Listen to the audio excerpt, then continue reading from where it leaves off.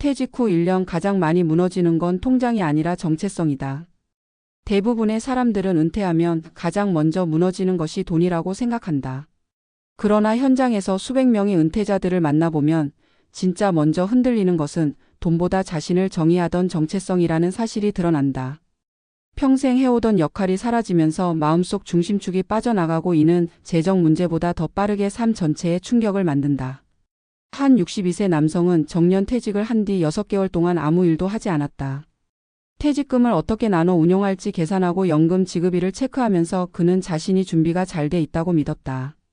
하지만 1년이 지나면서 그는 예상하지 못한 불안을 느꼈다. 돈은 여전히 남아있는데 마음이 무너지고 있었기 때문이다. 그는 제가 누구인지 모르겠더라고요. 예전에는 이름보다 직책으로 불리는 일이 많았는데 이제 아무도 저를 필요로 하지 않는 것 같았다라고 말했다. 은퇴 후 가장 흔하게 나타나는 변화 중 하나가 시간 공백이다.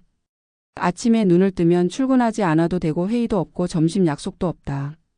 이 빈칸을 채우는 것이 생각보다 어렵다. 직장 생활 동안은 바쁘다는 이유로 느끼지 못했던 감정들이 한꺼번에 올라온다. 쓸모없는 사람이 된 것 같다는 느낌. 내가 빠져도 세상은 잘 돌아간다는 사실을 깨달으며 생기는 공허함. 그리고 하루 종일 아무도 나를 찾지 않는 침묵 속에서 느끼는 고립감. 이 감정들은 재정 문제와 얽히며 더 크게 확대된다. 돈을 쓰면 불안하고 안 쓰자니 삶의 질이 떨어진다는 고민이 반복된다. 어제까지는 소득이 있었지만 오늘부터는 인출만 남아있다는 현실이 심리적인 압박을 만든다. 이런 압박은 단순히 돈이 줄어드는 공포가 아니다. 나는 생산하는 사람이 아니라 소비만 하는 사람이 되었구나라는 자책이 본질적인 위기를 불러온다. 한 58세 전업주부 사례도 있다. 남편이 은퇴하고 집에 머무르는 시간이 늘어나자 두 사람 사이의 갈등이 심해졌다. 남편은 하루 종일 무기력했고 아내는 그 무기력을 지켜보는 것만으로도 지쳤다고 말했다. 실제로 부부 상담 현장에서 가장 많이 등장하는 문제가 바로 이 역할 상실이다. 남편은 더 이상 가장이라는 역할이 필요 없는 상황에 적응하지 못하고 아내는 오랜 기간 지켜온 가정 내 역할이 남편의 갑작스러운 변화로 무너진다. 이런 패턴은 은퇴 후 6개월에서 1년 사이에 집중적으로 등장한다. 심리학에서는 이를 정체성 박리 현상이라고 설명한다. 오랫동안 특정 역할로 살아온 사람일수록 그 역할이 사라지면 자신이 누구인지 느끼는 감각이 급격히 떨어진다. 직업 정체성이 강했던 사람일수록 성취 중심으로 살아온 사람일수록 이 충격은 더 크다. 재정 문제가 아니라 존재감의 문제로 무너지는 것이다. 재정적으로 아무리 철저히 준비된 사람도 심리적 기반이 무너지면 소비 패턴이 불안정해진다. 이전보다 과도하게 절약하다가 어느 순간 충동적인 지출을 하거나 돈을 써야 할 곳에서 지나치게 움츠러드는 행동이 나타난다. 이 역시 정체성이 흔들릴 때 나타나는 전형적인 패턴이다. 돈을 지키려는 것이 아니라 불안한 자신을 지키려는 행동에 가깝다. 그렇다면 은퇴 후 1년을 가장 건강하게 보내는 사람들의 공통점은 무엇일까? 첫째는 아주 작은 역할이라도 스스로 다시 만들어낸다는 점이다. 일주일에 2번만 하는 자원봉사라도, 동네 도서관에서 하는 강좌라도, 동호회에서의 꾸준한 참여라도 역할 회복에 큰 도움이 된다. 중요한 것은 일이 크고 작음이 아니라 나를 필요로 하는 사람이 있다는 느낌이다. 그 사소한 역할 하나가 무너진 자존감을 지탱하는 기둥이 된다. 둘째는 소득이 아니라 활동을 중심으로 하루 구조를 다시 만든다는 점이다. 하루의 리듬이 살아나면 심리적 회복이 빨라지고 이는 다시 재정적 안정으로 이어진다. 실제 은퇴자 중 꾸준히 활동을 이어가는 사람들은 인출 속도가 완만해지고 소비도 안정되는 경향이 뚜렷하다. 활동이 감정의 균형을 잡아주기 때문이다. 마지막으로 은퇴 후 가장 중요한 것은 자신을 새롭게 정의할 용기다. 퇴직 이전의 역할은 분명 소중했지만 그 역할이 사라졌다고 해서 내가 사라지는 건 아니다. 은퇴 후 1년은 새로운 정체성을 만들어가는 전환기일 뿐이다. 예전의 내가 아니라 지금의 나를 중심에 두어야 심리적 회복과 재정적 안정이 동시에 온다. 퇴직 후 무너지는 것은 통장이 아니라 정체성이다. 그러나 그 정체성은 다시 만들 수 있고 오히려 인생 후반부에 더 단단한 모습으로 재건될 수 있다. 은퇴는 끝이 아니라 또 다른 시작이고 나를 다시 발견하는 과정이다. 지금 흔들리고 있다면 당신이 잘못된 것이 아니라 누구나 겪는 자연스러운 변화라는 사실을 기억해야 한다. 그리고 작은 역할 하나를 다시 찾는 것에서부터 회복은 시작된다. 퇴직 후 1년은 많은 사람이 예상보다 깊은 침묵 속에서 자신과 마주하는 시기다. 주변에서는 축하 인사를 건네고 쉬어도 된다고 말하지만 정작 본인은 그 쉼이 마냥 편하지 않다는 사실을 서서히 깨닫는다. 평생을 달려왔던 사람이 갑자기 멈추면 가장 먼저 들려오는 것은 고요가 아니라 공허다. 여유라고 믿고 싶지만 마음 깊은 곳에서는 무엇을 해야 할지 모르는 혼란이 피어오르고 자신이 세상에서 조금씩 멀어지고 있다는 느낌이 찾아온다. 이 감정은 누구보다 성실하게 살아온 사람일수록 더 크게 밀려온다. 그동안 자신을 붙잡고 있던 역할이 사라지면 삶의 구조가 무너지는 속도도 더 빠르기 때문이다.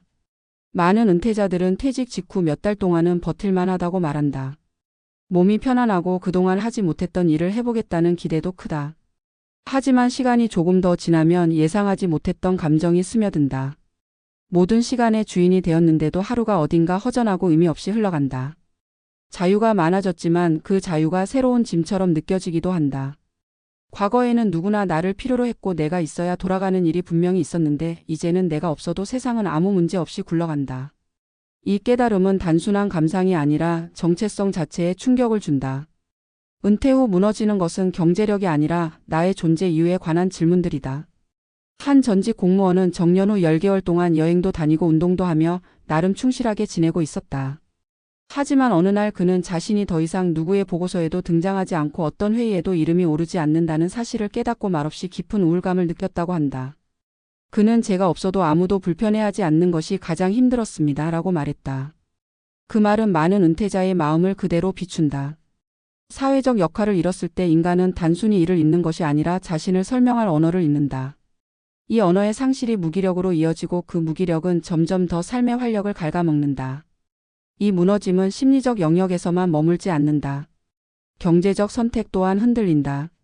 인출은 빠르게 느껴지고 지출은 불안하게 보이며 돈을 쓰는 것조차 자신감이 필요한 일이 된다. 여전히 자산은 충분한데도 항상 모자랄 것 같고 어디서 구멍이 생길지 모른다는 생각이 마음속을 파고든다. 경제적 불안은 사실 돈 부족 때문이 아니라 심리적 기반이 약해져 있기 때문에 생기는 경우가 많다. 자신이 다시 생산자로 돌아갈 수 있다는 믿음이 약해지면 소비는 죄책감이 되고 즐거움은 위축된다. 이 과정에서 많은 은퇴자들이 돈이 문제 같지만 문제는 돈이 아니다라는 사실을 뒤늦게 깨닫는다. 여기에서 중요한 것은 은퇴를 건강하게 통과한 사람들의 공통점을 살펴보는 일이다. 그들이 특별히 많은 돈을 가진 것도 아니고 젊은 시절부터 완벽하게 준비해온 것도 아니다. 대신 그들은 정체성의 공백을 방치하지 않았다. 작은 활동 하나라도 꾸준히 만들어냈고 자신이 여전히 의미 있는 역할을 하고 있다는 감각을 유지했다. 퇴직 전의 역할이 사라졌다 하더라도 새로운 역할을 스스로 찾아 나갔다. 이 역할은 꼭 경제적이어야 할 필요도 없었다. 다만 누군가에게 필요한 사람이라는 감정이 회복될 때 사람은 다시 살아난다. 이를 보여주는 실제 사례가 있다. 한 66세 남성은 퇴직 후 1년 동안 거의 집에만 머물렀다. 그는 자신이 일을 그만두고 싶어 했기 때문에 적응에 문제가 없을 것이라고 스스로 확신했다. 하지만 그는 점점 말수가 줄고 식사 패턴도 흐트러지며 가족과의 대화도 거의 사라졌다. 아내는 남편이 예전보다 더 늙어 보인다고 느꼈고 언제부터인지 눈빛마저 생기가 사라진 것을 걱정했다. 그런 남편이 변화한 계기는 놀랍게도 지역 복지관에서 시작하는 실버 요리 수업이었다. 주 1회 2시간짜리 프로그램이었지만 그에게는 정체성을 다시 붙잡을 수 있는 작은 일이었다. 수업을 듣고 집에 돌아온 날 그는 이렇게 말했다고 한다. 오늘은 누가 제 이름을 불러줬습니다. 이 말 하나에 은퇴 후 정체성이 어떻게 회복되는지 모든 답이 담겨 있다. 정체성은 거창한 직업이나 높은 지위에서만 만들어지지 않는다. 작은 일에서도 충분히 회복될 수 있고 누군가와의 소소한 관계에서도 단단해질 수 있다. 이 과정을 겪은 사람들은 입을 모아 말한다. 은퇴 후 진짜 필요한 것은 돈의 크기가 아니라 나를 다시 붙잡을 무언가라는 사실을. 그 무언가는 일일 수도 있고 배움일 수도 있고 관계일 수도 있다. 중요한 것은 그 안에서 내가 여전히 의미 있는 존재라는 사실을 스스로 확인하는 것이다. 따라서 은퇴 후 1년은 버티는 시간이 아니라 다시 짓는 시간이라는 관점이 필요하다. 이 시기를 어떻게 보내느냐에 따라 이후 20년의 노년이 완전히 달라진다. 정체성을 잃어버린 사람은 돈이 충분해도 불안하고 삶이 안정적이지 않다. 반대로 역할을 되찾은 사람은 돈이 조금 부족해도 하루가 단단하고 감정이 흔들리지 않는다. 정체성은 노년의 삶에서 가장 강력한 방패이자 에너지다.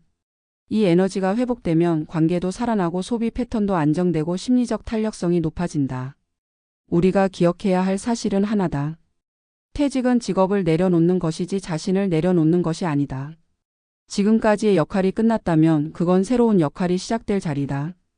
은퇴 후 흔들리는 감정들은 잘못이 아니라 자연스러운 변화이며 누구나 거치는 과정이다. 그러니 자신을 지나치게 책망할 필요도 없고 남들보다 늦었다고 초조해할 필요도 없다. 정체성은 시간이 흐르면 저절로 회복되는 것이 아니라 작은 행동들을 통해 서서히 다시 세워진다. 그 행동이 첫 걸음이 되면 심리적 균형은 놀라울 만큼 빠르게 돌아온다. 은퇴 후 가장 많이 무너지는 것은 통장이 아니라 정체성이다. 하지만 그 사실을 깨닫는 순간부터 우리는 다시 세울 수 있다. 돈이 삶을 지탱하는 도구라면 정체성은 삶을 움직이는 힘이다. 이 힘을 찾는 여정은 누구에게나 필요하고 누구에게나 가능하다. 당신이 지금 흔들리고 있다면 그 흔들림은 새로운 기반을 만들기 위한 시작일 뿐이다. 잃어버린 정체성을 다시 세우는 일은 인생 후반부를 더 깊고 단단하게 만들 기회다. 지금의 공허함 또한 언젠가 당신의 새로운 역할을 지탱하는 토대가 될 것이다.